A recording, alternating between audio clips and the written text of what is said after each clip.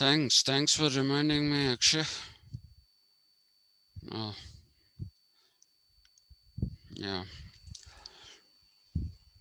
Actually, I've been very unwell last night, and so my wits aren't as it is. I'm a bit dim-witted. My wits are even worse. Uh, Today, my mom wanted me to be rushed to a hospital, and I had to resist it. Anyway, why am I telling you all this? Right. So please remember that we are we're looking at a situation wherein uh, the imputing of uh, the idea of or imbuing rather than imputing. I think imbuing is a better word. Imbuing the idea of class to the kind of segmentation that Plato is carrying out would be doing injustice to him. So I told you those who do not qualify in the 20-year examination, they remain, they get categorized as the abdomen. The safest word to use is segment. Some people will say you can use even stratification or stratum, okay, which is a layer. But in a layered society, there is some kind of social hierarchy. Despite the fact that uh, uh, Plato categorizes people into segments, he is not actually trying to tell you that, one segment is better than the other. He believes in the necessity of all these segments for the ideal republic to be the ideal republic and to move towards perfection.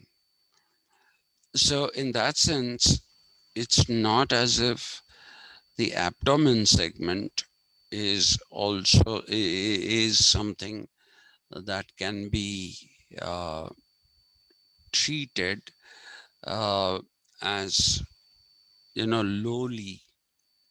It's not a lowly segment at all in Plato.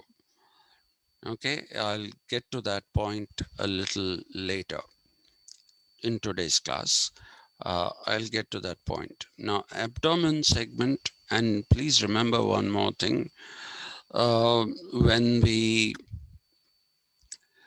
uh, look at the segment, uh, some people have translated this, and that's why I'm putting it in bracket as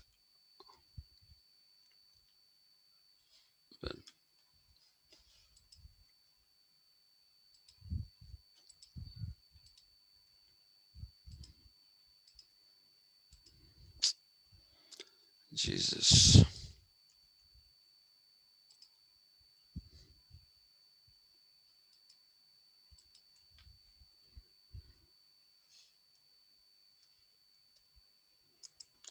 It's been, some people say that Plato called it appetite. Appetite is not an appropriate usage. Please remember that. Okay. Appetite is what you have. Okay. Which means that if you basically are a class that has primary motive as appetite, or your primary quality as appetite, that means this is a class that eats. Okay, this is a class that eats. That's what we think he's saying. But the fact of the matter is that this is not a class that eats, or rather, this is not the segment that eats. This is the segment that this segment produces.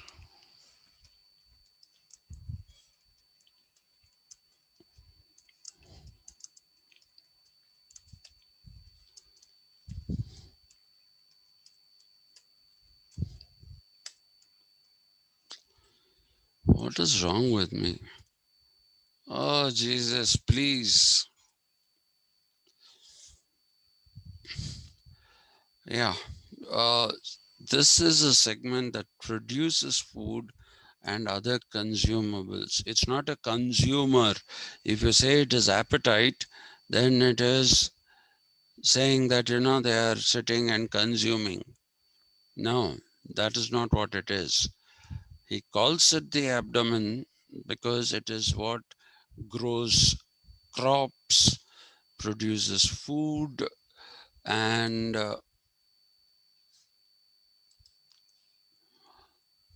produces food and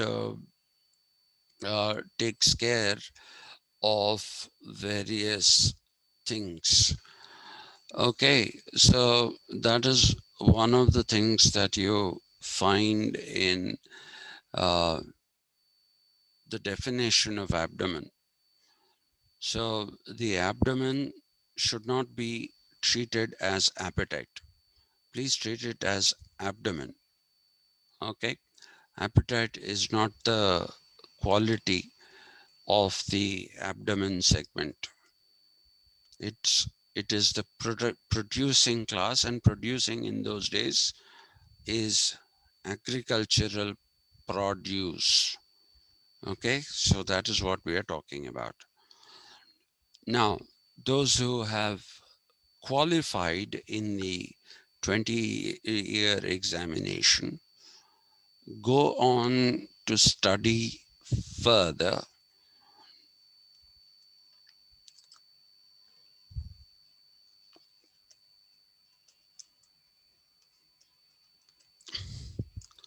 and the emphasis now changes. Okay, if before the 20-year examination people were studying mathematics, and in that geometry, trigonometry, and if people were studying logic, philosophy, philology, if they were studying all this in small doses and were concentrating more on gymnastics and athletics, you will now find there is a shift in emphasis. The shift in emphasis is there is greater emphasis now placed on cerebral education, not physical education. Physical education now becomes just maintenance of physical fitness. So previously, I'm just using arbitrary numbers here.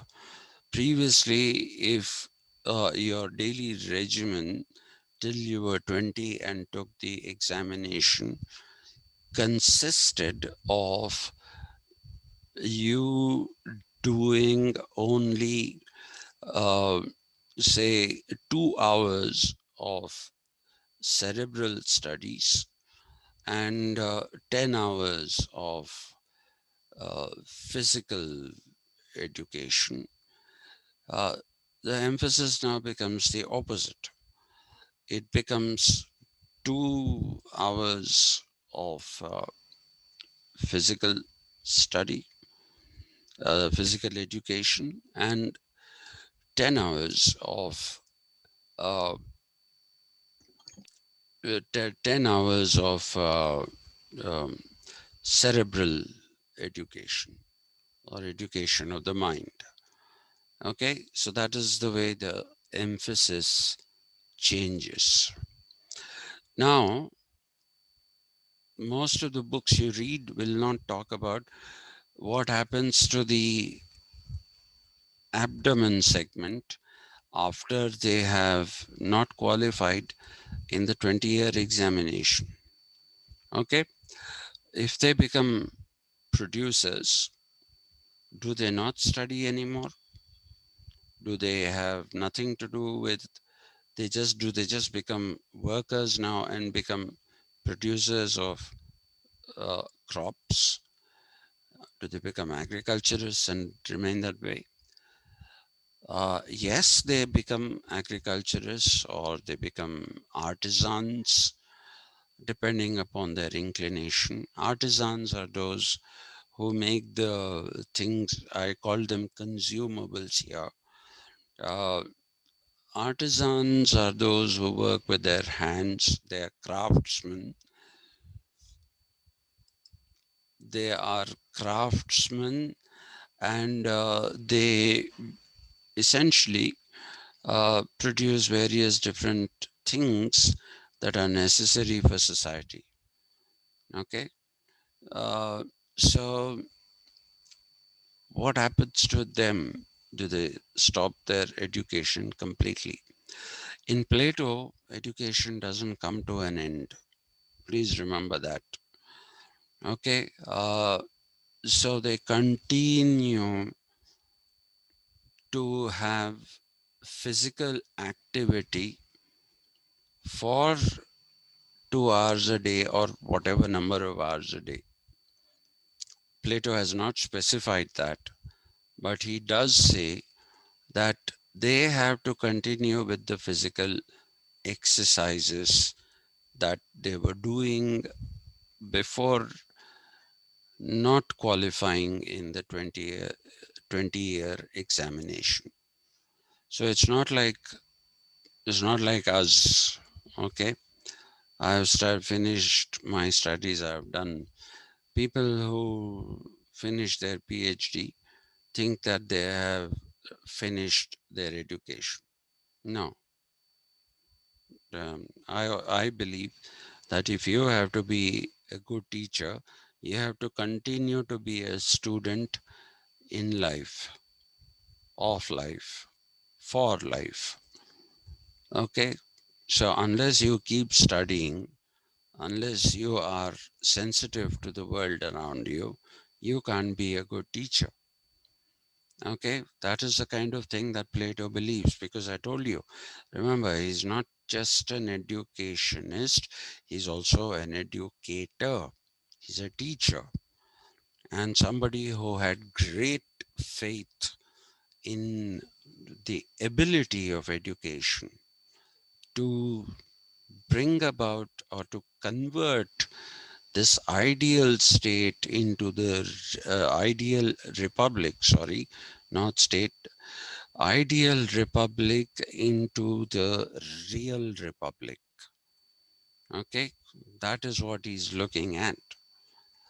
Please don't lose focus of that. So, in this, people will have to continue to have their education or their physical activity not as work but as time. When you go and do gymnastics and athletics, you allocate a certain amount of time which is not specified, and they continue that. Those people who have uh, passed the or qualified in the 20-year examination, they also cut down. Like I said, if it was 10, 12, and 2 in terms of uh, up to 20 years, 10 hours of physical education, and 2 hours of cerebral or mental education, then the ratio now Sir, reverses. Hello? yes, sir. One doubt. So Yeah. this system of education, was it compulsory for every child or is Yeah. it voluntary to No, enroll? no, no, no voluntary. It is Okay, every compulsory. child has to go through Every this. child has to undergo this. Okay, Every child has to undergo this. It is not voluntary at all. Not at all. right. Okay. Yeah. So if it is voluntary, the republic won't happen. The ideal republic won't happen. Okay. I'll explain Yes, that sir. in a little bit of detail as we go ahead now. Yes. Yeah. So he therefore now reverses the ratio, and people are now going to be concentrating a little more on uh, what should we say? Not a little more, a lot more on the mental component. And here he also inaugurates in the post 20-year examination, he also inaugurates education, or introduces, if you like, education in martial arts, uh, or if you want, you can call them military activities, which is martial arts is a better word, better phrase. I'm sorry. You use swords, you use bows and arrows, whatever form of uh, you know uh, implements are there in order to fight. Okay, all those things that are required to fight, those things will get uh, basically introduced into this uh, system of education now. Okay, and this education in martial arts, uh, this education in martial arts also now takes up a little bit of time, along with education in cerebral, uh, the things that are concerned with cerebral education. Okay, so these also now take up a bit of the time. So this education goes on for uh, another 10 years. And at the end of the 10 years, you have the 30-year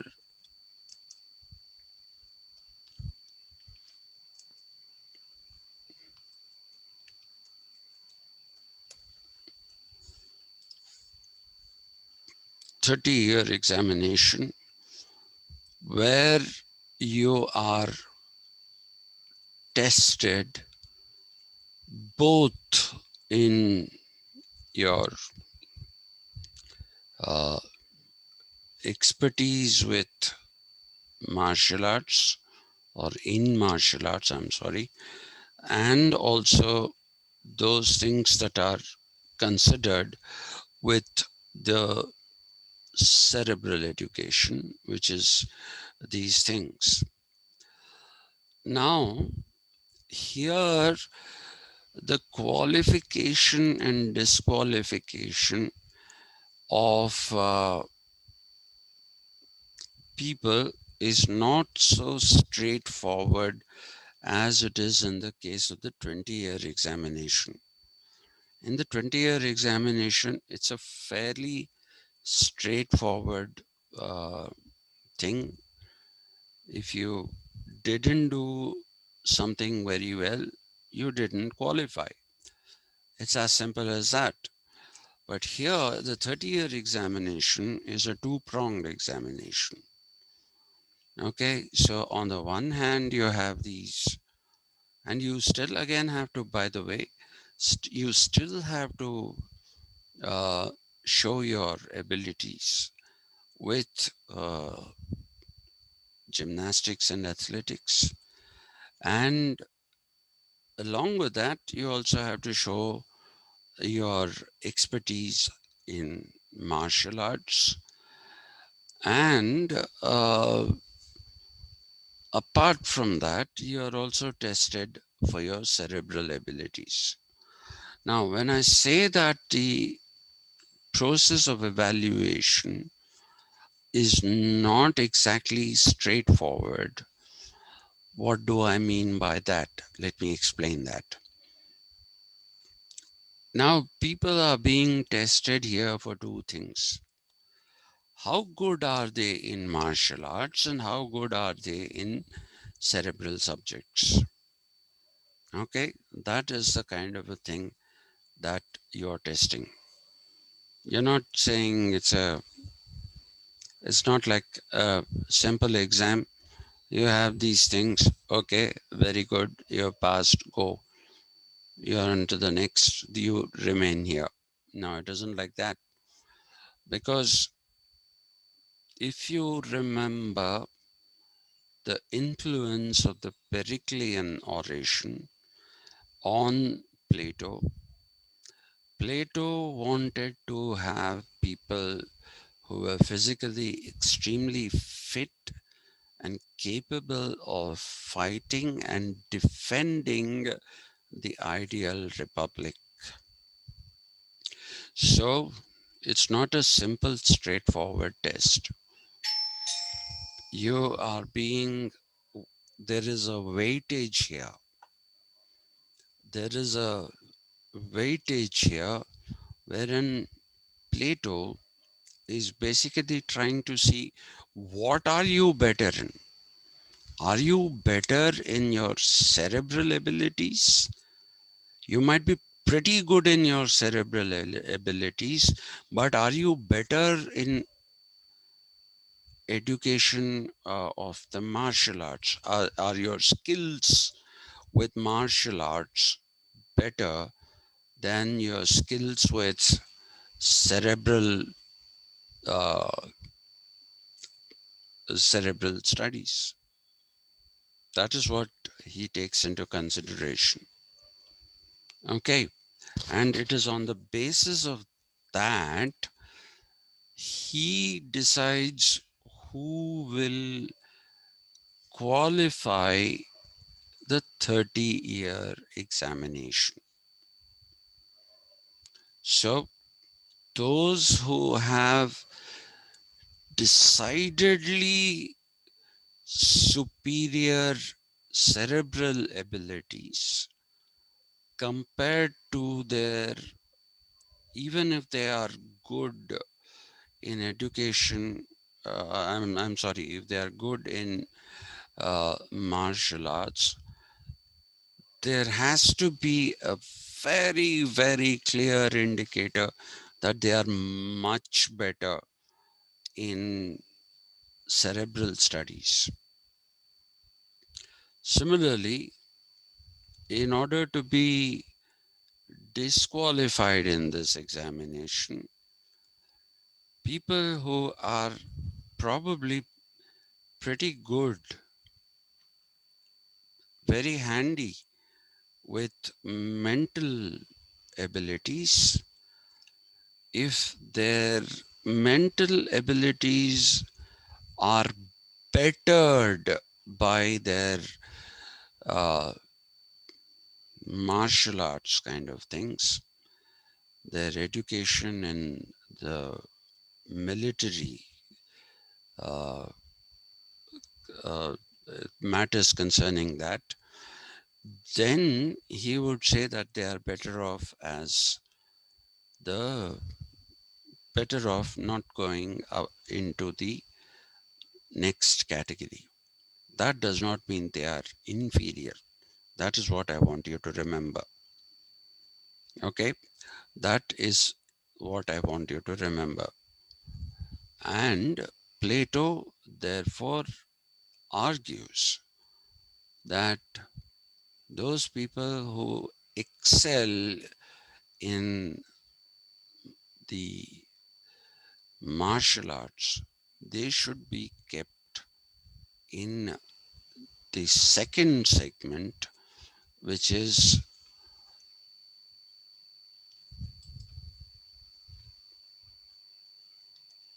the thorax. Yet another translation of this, which is acceptable. Please remember, which is acceptable, unlike appetite, is not an acceptable. Uh, it is not an acceptable translation. The other translation here, instead of the thorax, is shoulders. Actually, broad shoulders, he says. And you must consider the fact that Plato himself, I hope you remember that, his real name is not Plato, his real name is Aristocles. Okay. And he was called Plato because he was broad shouldered and very strong. He was called Plato. I think the Greek root is plati, if I'm not mistaken. That is the Greek root, which shows broad shoulders and strength. Okay, so Plato himself got his name from that. So this is not something that he is uh, looking at as a pejorative thing, not a negative thing. It's a pretty good thing if you say. So these are the defenders.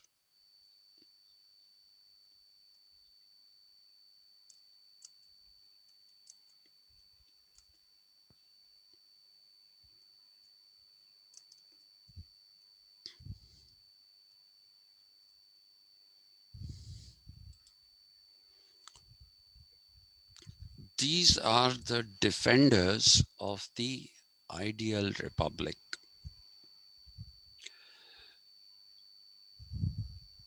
I would hesitate to use the term soldiers because soldiers will refer to an army. Maybe he did hint at an army because this is the problem when we are dealing with translations, because we don't really know how people are translating. I'm going by the Barker um translation because he's renowned. Like if you want to read German translations, then you should depend upon Walter Kaufmann. So similarly, if you want to go by talk about Greek uh, things, you should go by Barker. Okay, and he seems to say they are defenders. Now, Plato was not somebody who believed in war. He did not believe that you should go and wage a war. Plato is not looking at conquering. I'll come to this point once we start the summation. Anyway, so he is not looking at conquering. He's only looking at defending the ideal republic. Uh, so, if he is looking at the defense of the ideal republic, he's relying on these people who are the thorax or the shoulders segment. So, this is the segment who are called the defenders of the ideal republic. Those who have qualified the um, those who have qualified the 30-year examination, because of the fact that they have shown a greater inclination towards things which are educational, matters which are uh, educational, as in education of the mind. Okay, they become the normal translation that you get is you get the thing that they're the head, but it is actually the mind or cerebral. Those are better translations than the head, but head is also acceptable. Okay, that is also acceptable. The mind segment or the cerebral segment or the head segment. Now, these are people who have to continue their education. For Plato, education never stops. Please remember that. Education never stops. Okay, even the defenders, those who are the thorax or the shoulders, even these defenders, they don't stop practicing their martial arts. They don't stop practicing gymnastics and athletics. No, they don't. Nobody stops. They do this apart from the work. In the case of the defenders, their work is to practice constantly so that you're in top shape when the time comes for you to defend. Okay, that is the motto that the army of any country faces even today. They have these regular war games, they have these regular war exercises. And why do they do that? Because you have to be in a state of perpetual preparedness. And this class doesn't have a daily routine like, I'm sorry, this segment, please pardon me for that word. This segment has a daily routine. Now, the mind segment also has a daily routine because it deals with matters of governance, not government. There is no government in Plato. It has to deal with the governance of the republic.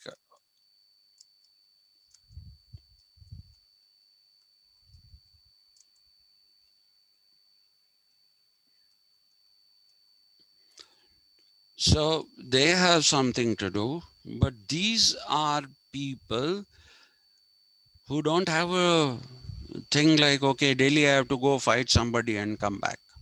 No. So their thing is to be prepared. And how will you be prepared? First and foremost, you continue with your physical education, and then you continue with what you learned in order to defend the ideal republic. And why am I saying that this is something that can be attributed to the Periclean oration is because Pericles said that Athens had fallen into decay. It has a class of people, as rather, it had a group of citizens who were in charge of it.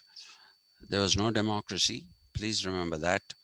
There was absolutely no democracy. And the Pericles therefore said that the Spartans were far fitter, they had more stamina, they had greater endurance, and endurance, and they had the great endurance, meaning to even endure pain and still fight. That is what we mean by endurance here. So they had endurance. So please remember that that is the reason why Plato is doing this exercise. This is the exercise that Plato is doing. So you have these three segments: the abdomen, which are producers, not consumers who eat. No, they are producers of food, agriculture, that is, and artisans, which means they produce articles that you require in your homes for various uses. So those are the people who are artisans. That is the abdomen class. Appetite is not acceptable. Abdomen segment. Why am I going on saying class? I'm sorry. Okay. And thorax uh, is the defenders, and the shoulders is an acceptable, um, what should I say? It's an acceptable translation, unlike appetite. Okay, and the final is group. If you want, the final segment is the mind or the cerebral. Head is also acceptable, and these people are involved in the governance of the republic. Okay, now here I want you to understand one thing. This particular group, okay, the cerebral group or the mind group, this group lives as a commune.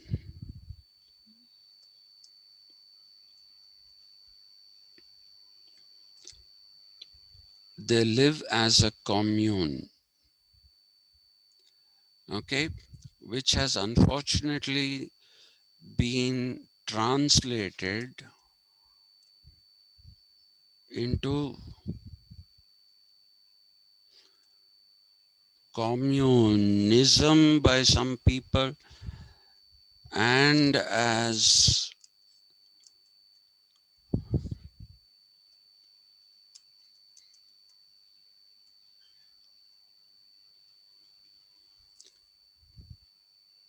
communism of wives. This is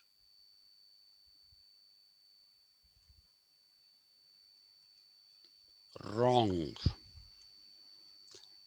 They were asked to live as a commune in the sense that while marriages were allowed for those in the abdomen, let me put this also so that you don't get confused.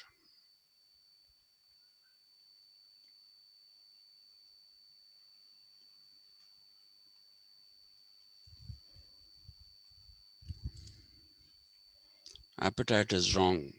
Okay. So, what does this living as a commune mean? Here he's saying, I keep pointing at the screen like I'm, you know, teaching in the classroom and showing things on the uh, board when you write something. This is stupid because if I point at something, only I can see it. Uh, But what can I do? I'm a stupid person. So, uh, so this these two uh, sections or segments can have marriages, but the third segment, uh, there is no marriage, no institution of marriage there. Okay, Plato basically uh, advocated free breeding. Okay, please don't interpret that as free sex. That is a well, they are in one way, they are similar, but in another way, they are not. In one way, they are similar is that in the commune, any male can sleep with any female. Okay. Uh, Not only can sleep, they should sleep. So that's why somebody translated that into wives. But if there isn't an institution of marriage there, where is the question of a wife? There isn't a wife. Okay, here he said people can sleep with anyone and everyone. He had a reason. He believed that this kind of commune living among the best minds, the best qualified people in society will improve the human race. That's what he believed. Okay. And he also believed that because of the commune and because of free breeding within the commune, you can have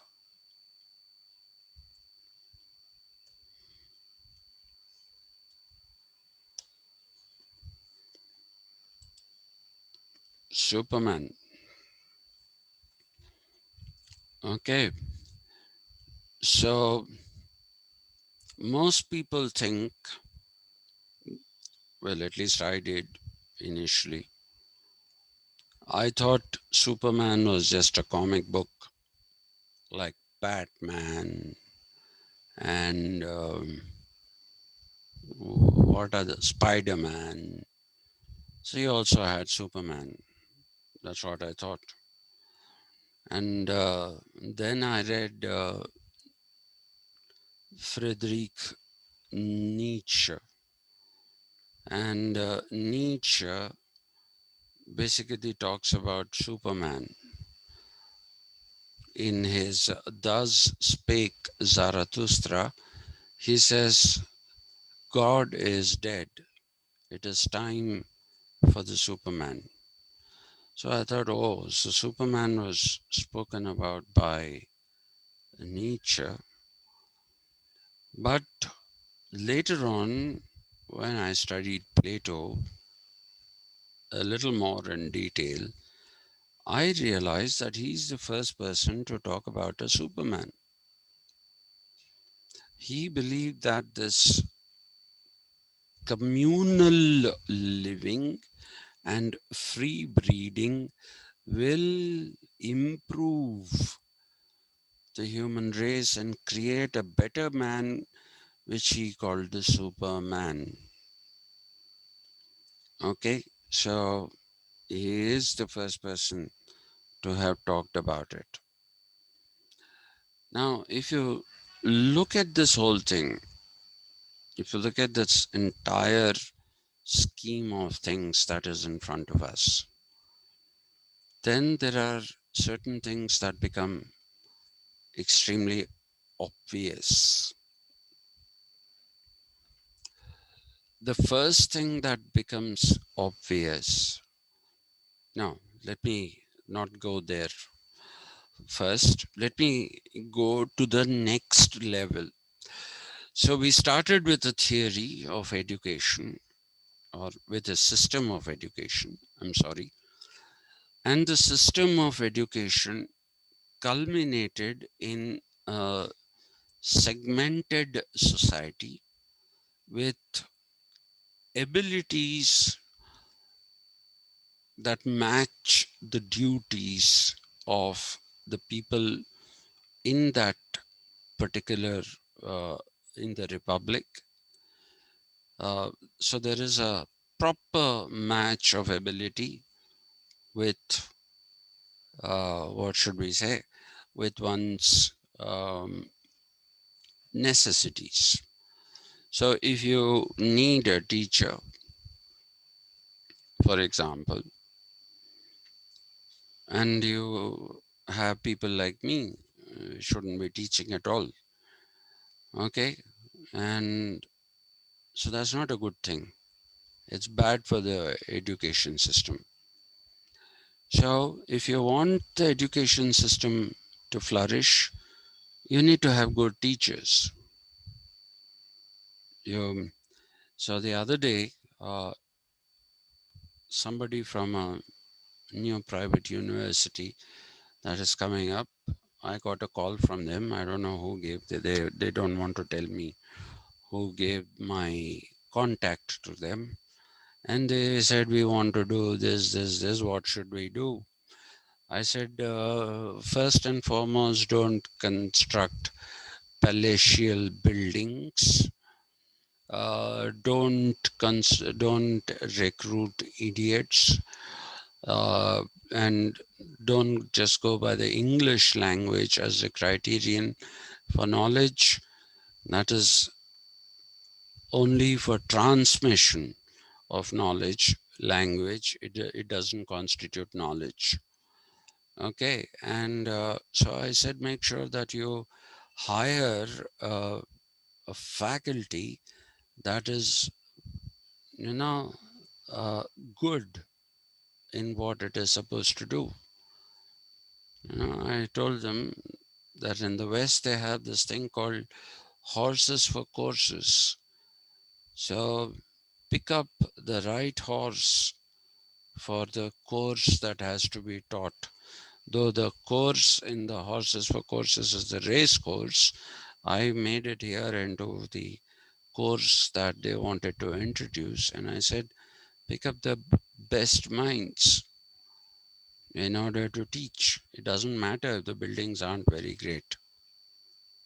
Okay. Um, so I told him that. So that is the kind of thing that Plato is doing. He puts this system of education in place to match ability with social duties and the skills required for the maintenance of society. So that is what the education system is meant for, to create those segments that will make the republic the ideal republic, which I told you will also be the real republic, because the ideal is the real. Okay. Now, from here, we go to his next system, which is his,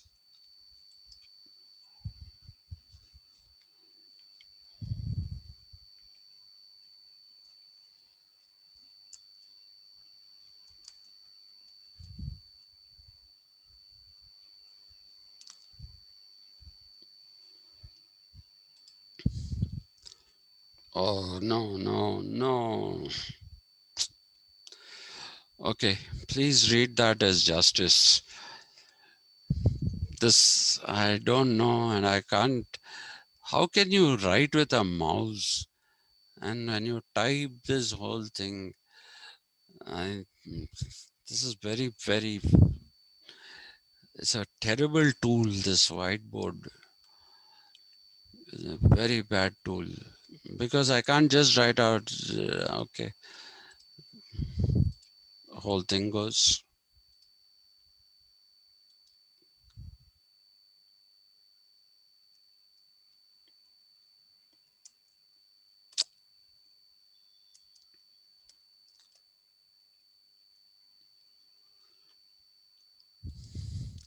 So from his system of education to his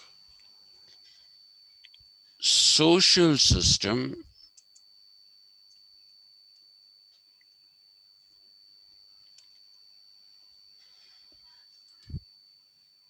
people call them theories. Actually, they are not theories.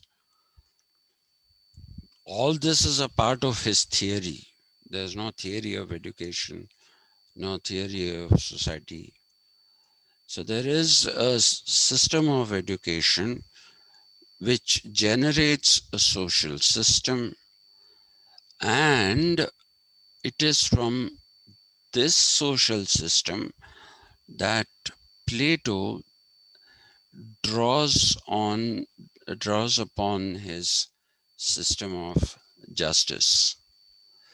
So let me tell you straight away that Plato's justice is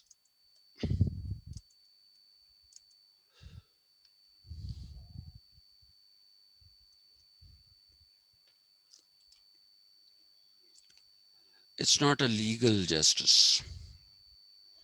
Okay, if you look at the Romans were those who followed a very, very codified form of legal justice. So Cicero, Seneca the elder, all these people, they formed that.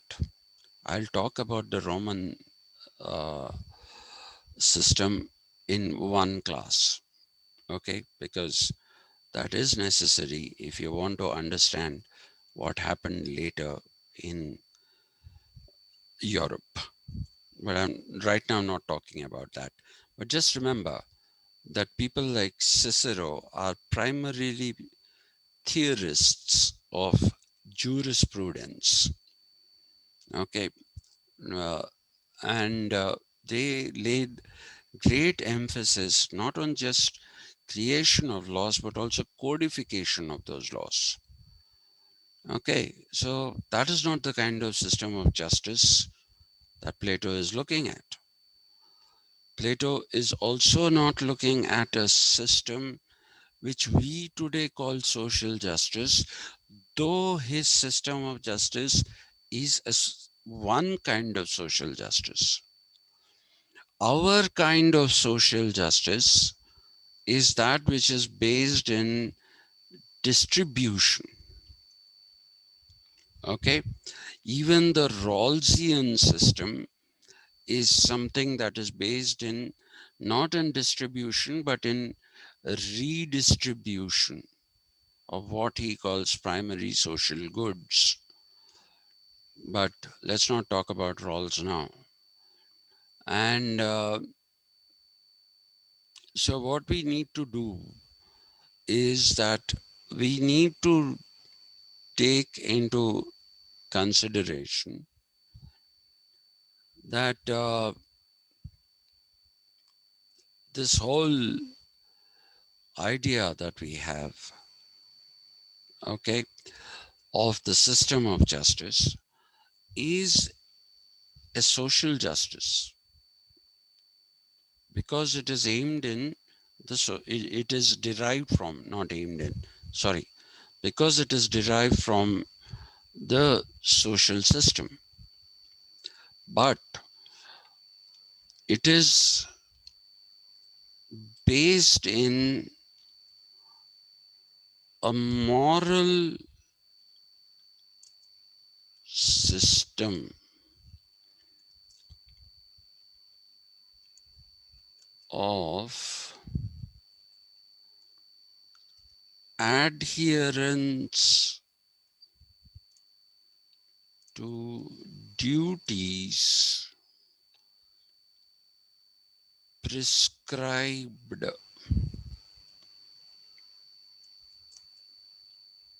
by the social system.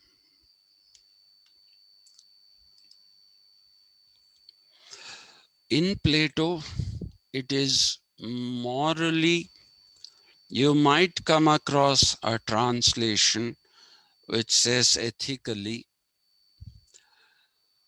I'll talk about that in a minute. So just let me first finish explaining this. Moral system, his system of justice is a moral system which lies in the adherence to duties prescribed by the social system. So, what is Plato trying to convey through this? Okay, what Plato is trying to convey through this is that uh, Plato is actually uh, saying that it is morally incumbent upon everybody to only do what you're supposed to do. So if you're in the abdomen segment, then please be a producer, an agriculturist, or uh, an artisan. Don't try to be anything else. That is what is expected of you. So be only that. If you are in the thorax, shoulders, be ready to defend your country. Keep practicing your skills of fighting. Be ready to make sure that the uh, uh, republic is not threatened. That is your duty. So only do that. And when you come to the cerebral or the mind class, have clear cut policies of governance of people. Use the best possible practices of governance in order to have a prospering and ideal republic, and republic that continues to have excellence in it. So this class is also what he calls the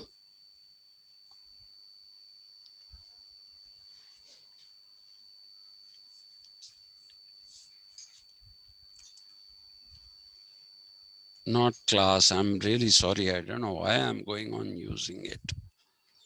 I know why I'm using it, but I can't tell you why. Philosopher King segment.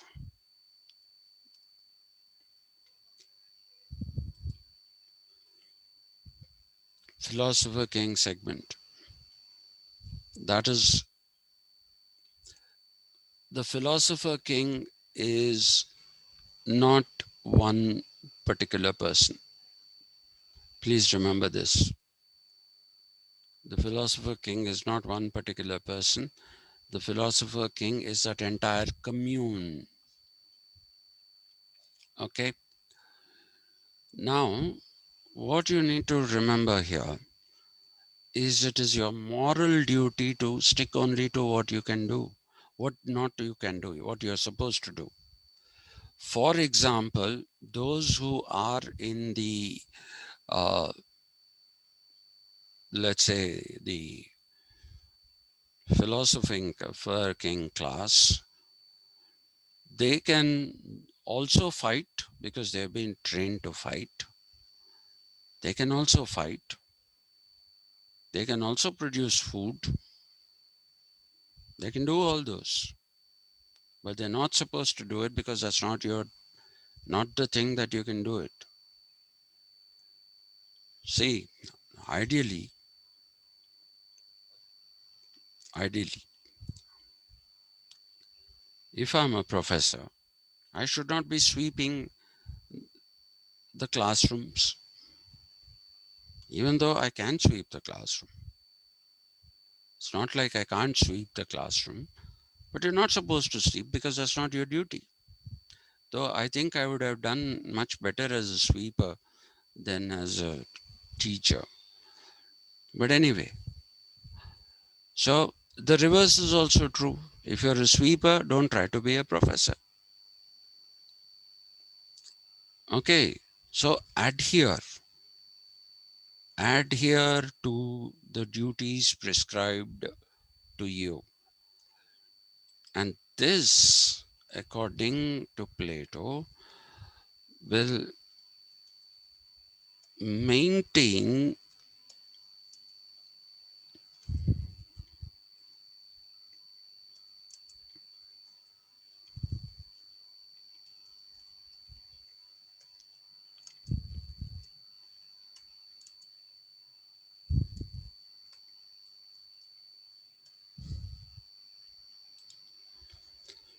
So for him, justice is moral and it is symmetrical. I don't know how to use this tool. One day, maybe I should. You know, I thought I said draw.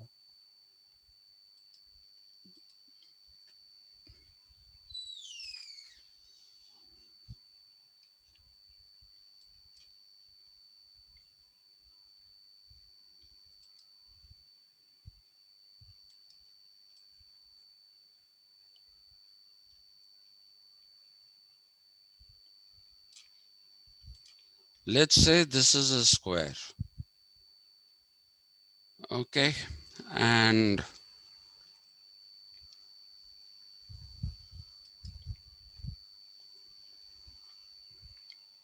now symmetry.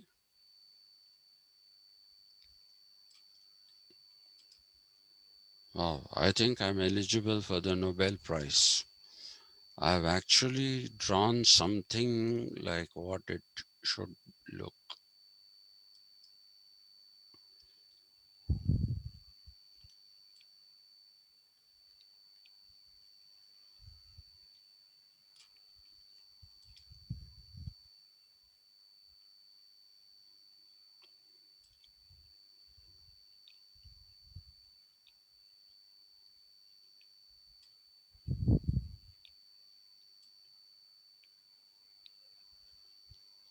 No.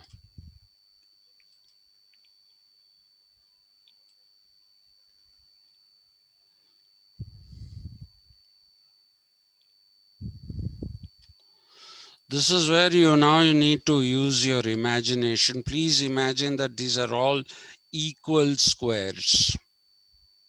Okay. This is the system of justice. Okay. Where people are doing exactly what they are supposed to do. So if you draw a square and divide that into further squares, they should all be equal, right? So that for him is maintenance of symmetry. Okay, that is what he is talking about.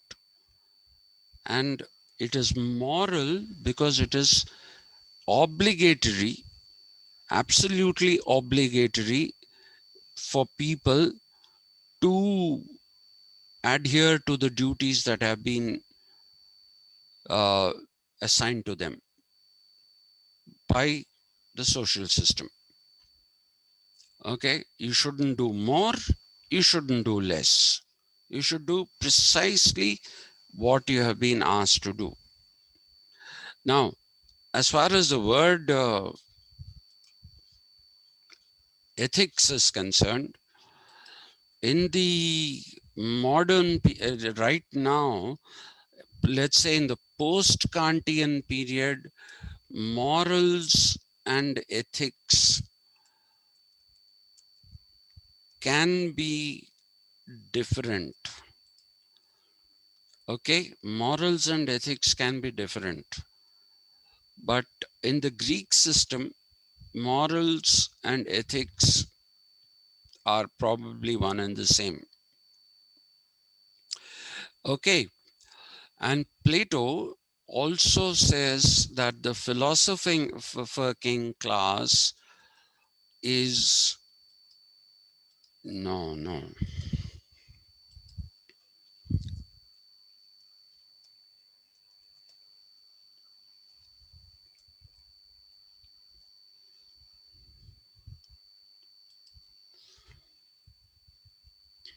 not just a philosopher king class actually. Each of the class is defined by its virtue. Our conception of virtue today is a moral conception.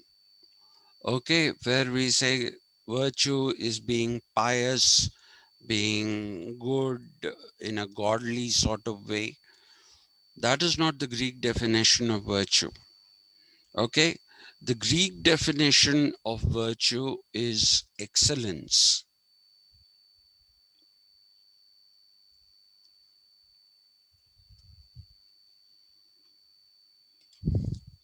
right? That is the Greek definition of virtue, excellence. Now, what Plato is trying to say is within your own segment, excel. Okay, and we still use this word, virtue, as excellence, especially when you talk about violinists. If you talk about somebody like Yehudi Menuhin, or if you talk about Subramanian, sorry, L. Subramanian and his brother L. Shankar, if you talk about those kind of violinists, we call them uh, violin virtuosos, okay, which means that these are people who have excelled in playing the violin. For the Greek definition, that is virtue, okay, the ability to excel. So in your own segment, you have to excel. That is what Plato says. The philosopher kings have to excel in what they are doing. The thorax should excel in what they are doing. The producers should excel in what they are doing. So he is talking about a system of excellence as well. Now, you might get a question. If knowledge is inborn, then how come our abilities are differential? How is Plato saying that some people are less suited to govern than others? If knowledge is inborn, how is that possible? Okay, if you study from outside, if you internalize an external thing, then yeah, maybe. If I ask you to say, I'll be conducting an exam, so read up Plato and Aristotle, And if you read it up and come and you write good answers to the uh, uh, questions that I have asked, then okay, fine, you say that so and so is better. But if knowledge itself is inborn, then how come these changes are there? How can you justify this? How can you reconcile this system of segmentation based upon knowledge and ability with the idea that knowledge is innate? What Plato says here is that knowledge is innate, but you can't always recollect, or people don't equally recollect what they have in their heads as inborn knowledge or innate knowledge. Some people can recollect more of the things that they have learnt in the realm of the forms. Okay, they can recollect things better. Those who recollect things better or best in this case, they go on to become the philosopher kings. Those who are not really the best in recollecting what you have learned, then you become the abdomen. That is what Plato says. We are all born with knowledge, but it doesn't mean that we all have the same level of recollection of what we learned in the realm of forms. And intuition is nothing but what we have learned in the realm of forms. Okay, what people call extrasensory perception or the sixth sense. Not that horrible movie with had Bruce Willis. I don't know. I can't stand that man. I don't know what my problem in life with him is. Yeah, but not that kind of sixth sense, but something intuitive. Kant calls it actually intuit, but we'll get into that when sometime. Let's see. So, it is your ability to recollect that will define what you become. So, let me stop here. This is the system that Plato creates. This is how the ideal republic is. What we have to look at is the radicalism in Plato that this system throws up. Have you noticed that, or I'll put it for tomorrow? Let me put that for tomorrow. Okay? Radicalism. Either Madame Padma Navanand or Monsieur Akshay Punit. In case I forget and I'm irritable like I am today, I'm not well at all. And like I said, I've had a lot of bleeding yesterday. So if you don't mind, tomorrow if I ask you, uh, will you remind me that I have to talk about radicalism in Yes, Plato? sir. Sure. In case I can't, Yes, because sir. I'm sorry, I've been very irritable today. Did it come through? Did the irritability show? If it showed, I apologize. No, sir. Not at all. Okay. And I'm sorry I didn't give you the time that you want for discussion. We'll have time tomorrow. Yes, sir. We'll have plenty of time tomorrow. Okay. We'll be winding up with Plato tomorrow. I'll look at all the radical things in him and move on to Aristotle. Okay. Also, sir, can we spend some time on uh, the reference books? which books are to be purchased, because we cannot buy every book and we cannot get information of all the thinkers in one particular book also. So Uh, how we should study, how we should approach. why don't you do one thing? Yes, sir.